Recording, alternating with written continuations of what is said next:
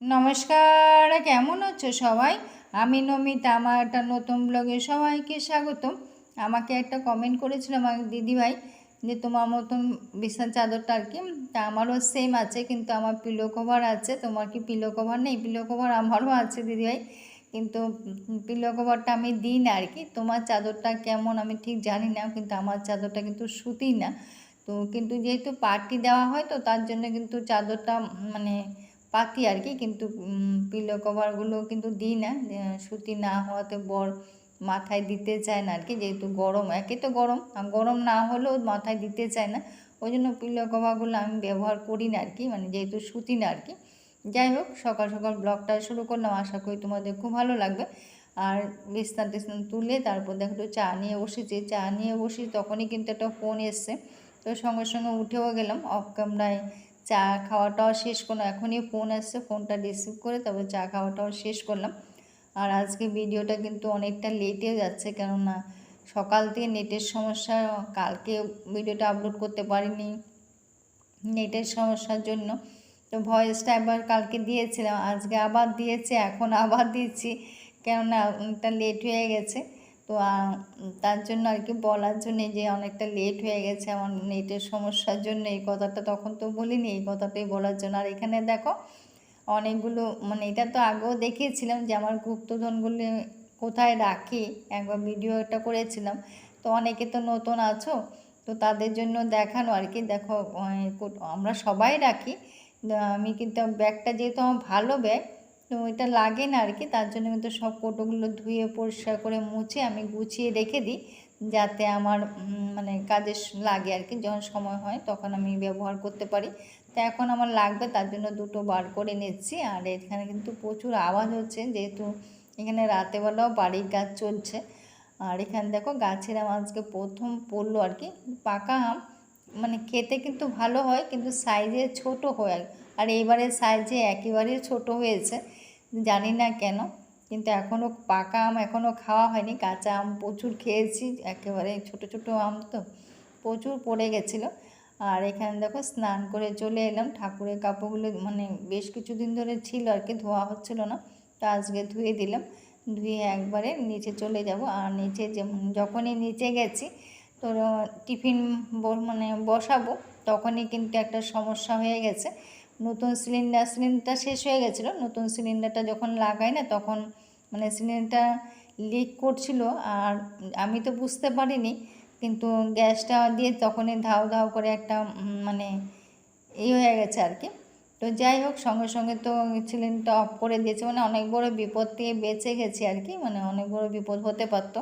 তো তার জন্য সঙ্গে সঙ্গে তো ফোন করেছি, ফোন তো করেছে, কিন্তু ওদের তো আমি কত কাজ করে নিলাম দেখেছো, ফোন করে যে মানে ছাতুটা সকালে খাওয়া হয়েছে সেটাও ঢেলে নিলাম, আবার ডালও ঢাললাম, মানে অনেক প্রায় ঘন্টাখানির মতন কাজ করে নিয়েছি, আনাজ ফানাজ সব কেটে নিয়েছি, কিন্তু তাও কিন্তু আসেনি। তারপরে বাধ্য হয়ে কিন্তু আমার প্রত্যেক ইন্ডাকশনটা যেহেতু আমি ব্যবহার করি না, কারেন্টের জিনিসটা ব্যবহার করি না, তার জন্য কিন্তু বাধ্য হয়ে কিন্তু আমার নামাতে হলো, কেননা ছেলের তো অফিস আছে, ওকে তো আমার খাইয়ে দিতে হবে, তো ওই জন্য কম নামানো আর কি। অনেকক্ষণ দেখলাম আসেনি লোক, তার জন্য সব করে গুছিয়ে রেখে তারপর দেখলাম টাইম হয়ে যাচ্ছে, ওই জন্য ইন্ডাকশনটা নামিয়ে নিয়েছে, এখানে করে নেবো আর কি, যেহেতু মানে যতক্ষণ না আসে আর কি ততক্ষণ করে নেবো। এটা তো অনেক দিন ধরে ব্যবহার করি না, তো নামিয়েছি, ভাবছি এটা জ্বলবে কি জ্বলবে না, সেটাও মানে একটা মাথায় কাজ করছিল না।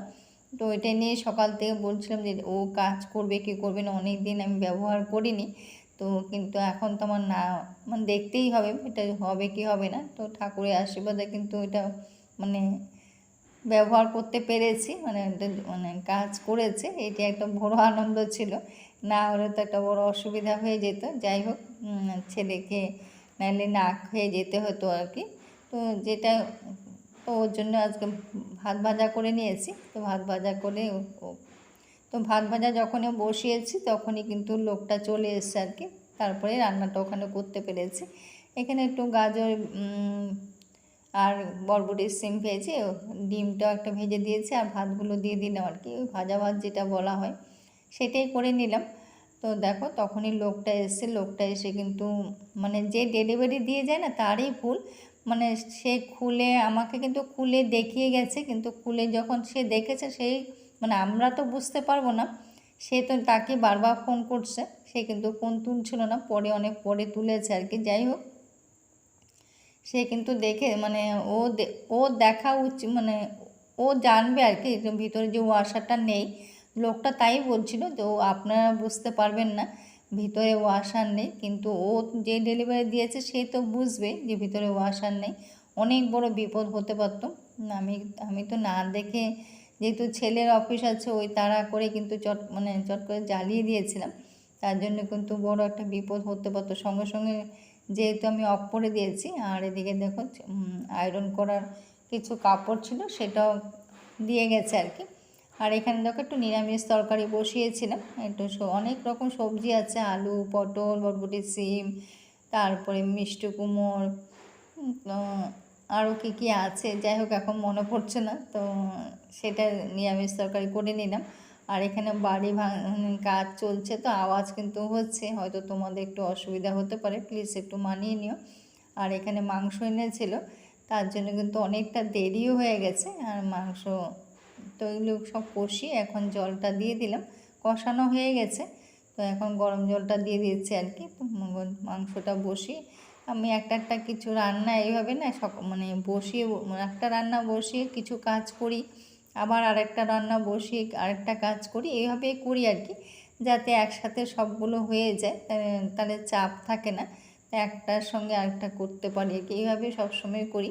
তো এখন দেখো এই মাংসটা বসিয়ে ওটা মানে ফুটতে ফুটতে আমি ফ্রিজটা একটু মুছে, যদিও পরিষ্কার থাকে তাও একটু মুছে পরিষ্কার করে নিলাম আর কি। তো যেহেতু সব বার করেছি, কালকে অনেকক্ষণ কারেন্ট ছিল না, কেননা এখানে গাছ কাটা হয় তো মাঝে মাঝে, তো ওই জন্য কারেন্ট থাকে না আর কি, তো তখনই জল হয়, তারপর তো এগুলো মুছতে হয় না, ওই জন্য আজকে সব বার করে পরিষ্কার করে এগুলো মুছে নিয়েছি আর কি। তো মুছে আমি যখনই মুছি না তখনই ভিনিগার দিয়ে আবার মুছি, আবার জল দিয়ে, তারপর আবার শুকনো নেতা দিয়ে মুছি আর কি। তো জিনিস ছোটো হোক বড় হোক ভাঙা হোক যেমনই হোক, তো তেমনই কিন্তু পরিষ্কার রাখার যত্ন করা, মানে আমার যেটা আছে সেটাকেই আমি যত্ন করে রাখার চেষ্টা করি। তো যা আছে তাতে সন্তুষ্ট থাকারও চেষ্টা করি।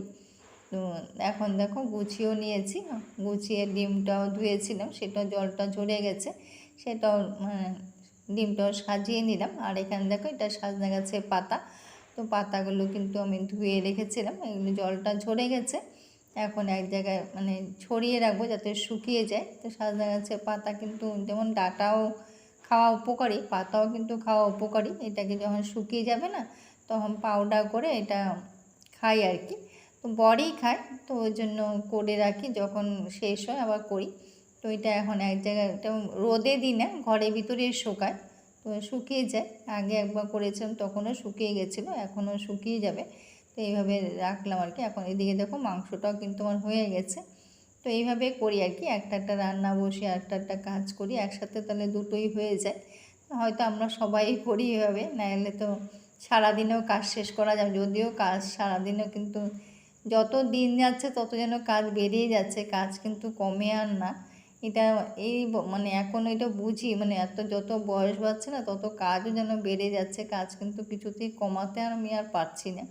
যদি একের সময় কিন্তু মানে ভাবি কাজ কমাবো, কিন্তু কমে আর না। যাই হোক, আজকে একটু পুদিনা পাতা ছিল, সেটা কিন্তু নষ্ট হয়ে যাচ্ছে দেখে এটা বেটে নিলাম, বেটে একেবারে মানে গ্রাইন্ডার মেশিনটা তো একটু নোংরা হয়, এটা পরিষ্কার করে মুছে নিয়েছি।